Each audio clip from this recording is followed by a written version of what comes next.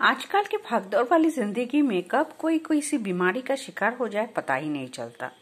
ऐसे ही एक बीमारी है डिप्रेशन, यानी कि उदासी या फिर अवसाद। ये काफी कॉमन है, यानी कि आम है, और कब ये चुपके से आ जाए पता ही नहीं चलता। इसको पहचानना भी काफी इजी है।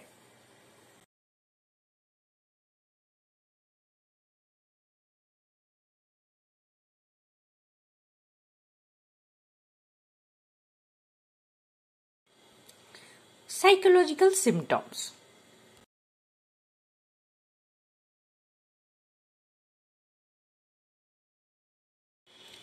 Difficulty in concentrating.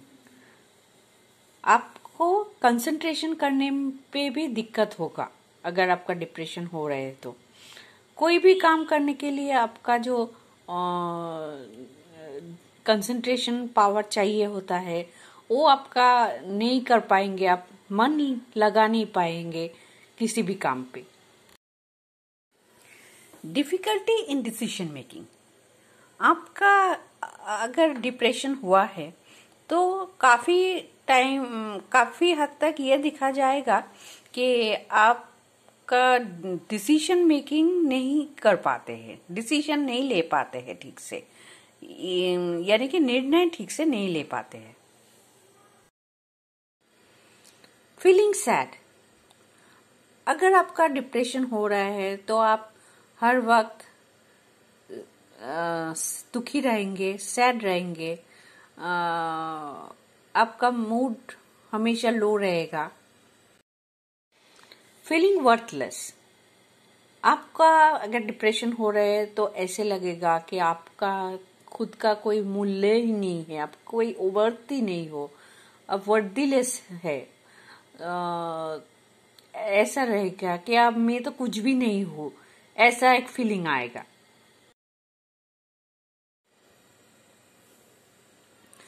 आपका इरिटेबिलिटी होता है, यानी कि आपको चिड़चिड़ापन आएगा, गुस्सा आएगा, आप सब चीज से खफा रहेंगे।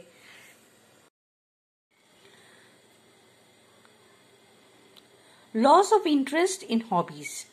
आपका जो भी हॉबीज होगा, जो आपको पहले पसंद आते थे, आप करते थे, उस सब में आपका इंटरेस्ट लूज हो जाएगा। अब कोई भी आपका मन चाहे हॉबीज में आप मन नहीं लगा पाएंगे, अब हॉबीज में कोई इंटरेस्ट नहीं रहेगा जो पहले रहता था। डिप्रेशन के सिम्टम्स में ये सबसे खतरनाक है कि आपका सुइसाइडल थॉट्स आता है। आप चाहते हैं सुइसाइड करना, या फिर ऐसे भी देखा जाता है आप सुइसाइड अटेम्प्ट भी कर चुके होते हैं। Physical symptoms.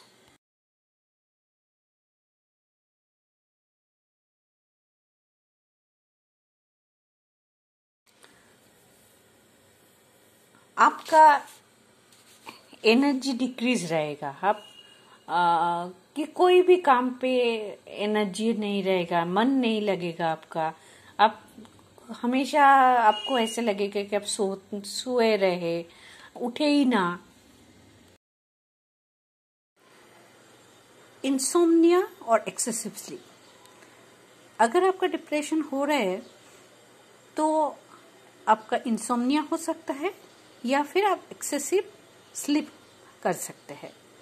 इंसोम्निया यानी कि आपका नींद नहीं आएगा, ठीक से नींद नहीं आएगा, और ये एक दो दिन के लिए नहीं, प्रोलॉन्ग्ड होगा। मान लीजिए आपका डिप्रेशन हो रहा है तो आप देखेंगे कि लास्ट 2 to 3 मंथ आपका नींद ठीक से नहीं आ रहे, हर रोज ही आप सो नहीं पा रहे ठीक से, या फिर आपका एक्सेसिव स्लीप होगा, आप एक्सेसिव सो रहेंगे। मान लीजिए कि जब आप पहले 6-7 घंटा सोते थे, अभी आप का हर वक्त ही सोने का मन करता है, आप हर वक्त ही 10-11-12 घंटा आप सो रहे हैं।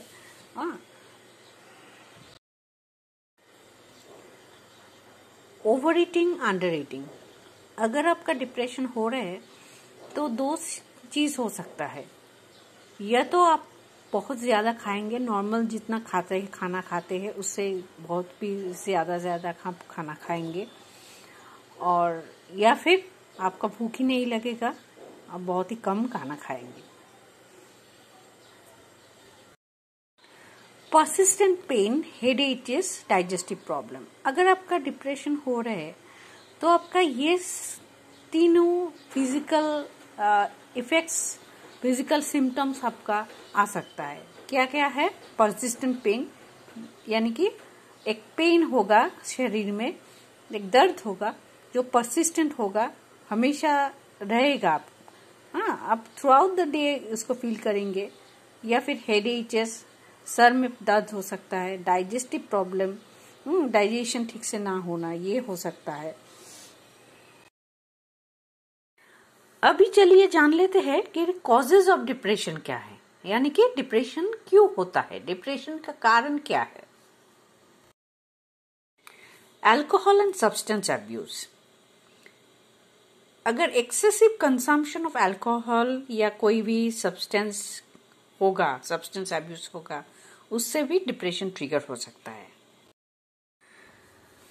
एक कारण हो सकता है बायोलॉजिकल, यानी कि ब्रेन के फंक्शन में कुछ चेंजेस होता है, या फिर न्यूरोट्रांसमीटर्स जो होते हैं ब्रेन में, उसमें जो केमिकल्स होता है जैसे सेरोटोनिन, नोरफाइनपिन, डोपामिन, ये सब में कुछ बदलाव होते हैं। इसके कारण डिप्रेशन हो सकते हैं।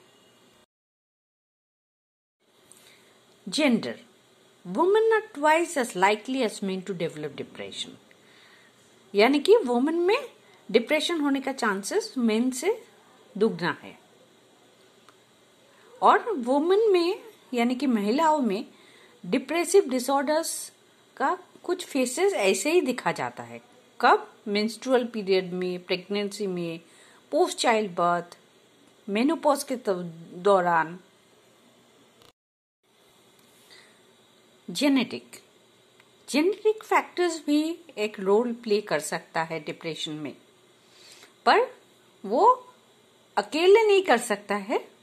डिप्रेशन ट्रिगर हो सकता है जेनेटिक्स के कारण, जेनेटिक फैक्टर्स के कारण, साथ में कोई एक्सटर्नल फैक्टर्स है तो डिप्रेशन ट्रिगर हो सकता है। मेडिकल इलनेस, अगर किसी का कोई मेडिकल इलनेस हो जो क्रॉनिक डिजीज है, बहुत सालों से हो रहे हैं, या फिर ऐसा डिजीज है रिकवरी होने का चांसेस कम है, तब भी उसका उस पर्सन का या फिर उसका फैमिली का किसी मेंबर को डिप्रेशन आ सकता है। सोशल इवेंट्स एंड सिचुएशंस, कोई सोशल इवेंट्स में ऐसा कुछ हुआ है हमारे आस पड़ोस, हमारे फैमिली के साथ, हमारे साथ, या कोई इंसिडेंट्स घटा है, कोई इवेंट्स हुआ है, उससे भी डिप्रेशन ट्रिगर हो सकता है। अगर मान लीजिए आप ये सिम्टम्स देख के आपको आइडेंटिफाई करते हैं कि आपका डिप्रेशन हो सकता है, तो आप खुद को कैसे हेल्प करेंगे? डू नॉट आइसोलेट योरसेल्फ, अपने आप को अकेले मत कर लीजिएगा कि आपको अच्छा नहीं लग रहा है, किसी से बात नहीं कर रहे हो, एक अपने रूम में सिर्फ आप अटके हुए हो, ऐसा मत कीजिएगा। आप जाइए, घुलिए मिलिए सबके साथ, टाइम स्पेंड कीजिए, बाहर निकलिए, तो आपका ये काफी हद तक कम होगा। Do physical activities you love, ऐसे कोई फिजिकल एक्टिविटीज कीजिए, रनिंग हो सकता है, वॉकिंग हो सकता है, कोई एक्सरसाइज हो सकता है, योगा हो सकता है, मेडिटेशन हो सकता है, कोई भी एक्टिविटीज हो सकता है जो आपको पसंद है, ऐसा कोई एक्टिविटीज कीजिए। एंगेज इन हॉबीज, आपको जो जो हॉबीज पसंद है, वो म्यूजिक हो सकता है, म्यूजिक सुनना, बुक रीडिंग करना, पेंटिंग हो सकता है, गार्डनिंग हो सकता है, तो ऐसा कुछ भी हो सकता है। तो वो हॉबीज आप कीजिए। Spend time with family. अकेला बैठ के ब्रूड करने से अच्छा है कि आप फैमिली के साथ, फ्रेंड्स के साथ टाइम स्पेंड करें। अभी अगर आप देख रहे हो कि आप किसी को जानते हो, आपका फैमिली मेंबर हो सकता है, फ्रेंड हो सकता है, कलीग हो सकता है, जिसको ये सारे सिम्टम्स है, आपको लग रहा है कि उसका डिप्रेशन हो सकता है, तो आप क्या कीजिएगा? Actively listen. जो डिप्रेशन में है उनके बात को सुनिए, एक्टिवली सुनिए, अच्छी तरह सुनिए, ताकि उनको लगे कि हाँ, मेरा जो अंदर में जो भी बात है, जो मैं शेयर नहीं कर पा रही हूँ, मैं इनसे शेयर करूं।